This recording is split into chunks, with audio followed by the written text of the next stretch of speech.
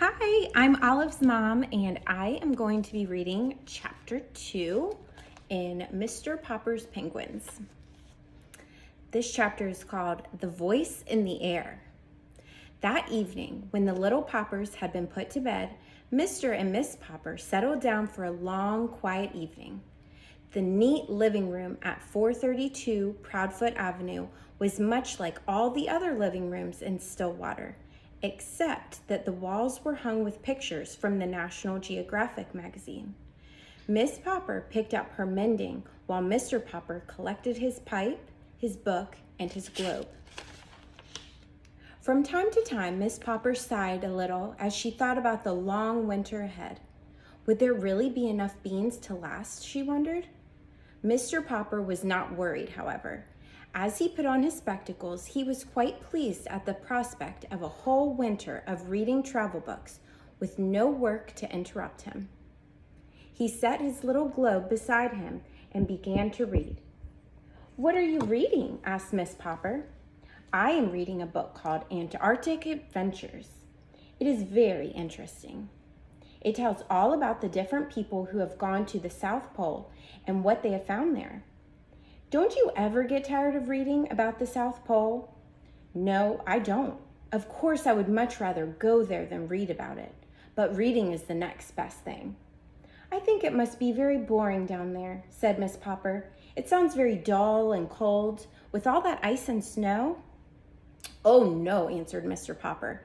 "You wouldn't think it was dull if you had gone with me to see the movies of the Drake expedition at the Bayou last year."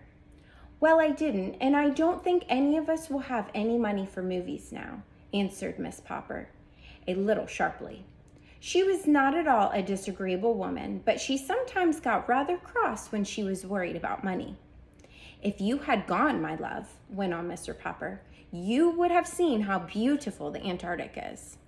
But I think the nicest part of all is the penguins. No wonder all the men on that expedition had such a good time playing with them. They are the funniest birds in the world. They don't fly like other birds. They walk erect just like little men. When they get tired of walking, they just lie down on their stomachs and slide. It would be very nice to have one for a pet." "Pets?" said Miss Popper. "First it's Bill wanting a dog, and then it's Janie begging for a kitten. Now you and penguins? But I won't have any pets around. They make too much dirt in the house, and I have enough work now, trying to keep this place tidy. To say nothing of what it costs to feed a pet. Anyway, we have the bowl of goldfish." "Penguins are very intelligent," continued Mr. Popper. "Listen to this, Mama. It says here that when they want to catch some shrimps, they all crowd over to the edge of an ice bank. Only they don't just jump in, because a sea leopard might be waiting to eat the penguins.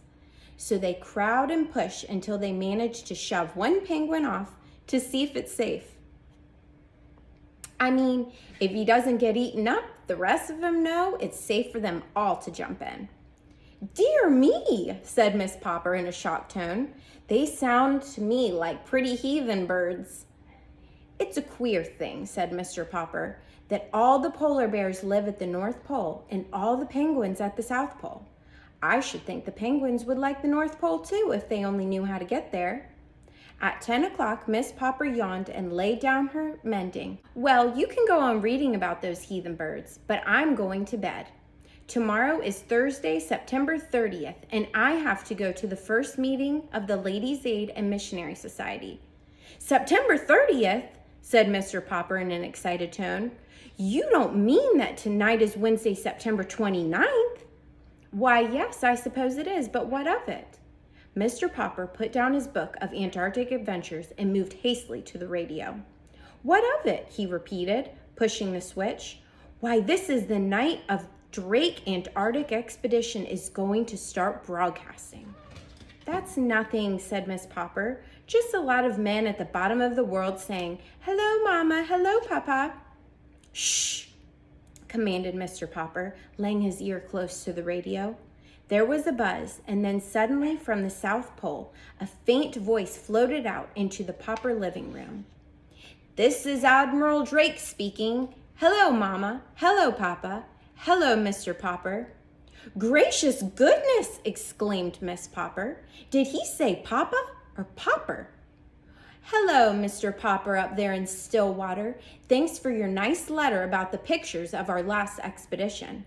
Watch for an answer, but not by letter, Mr. Popper. Watch for a surprise. Signing off, signing off."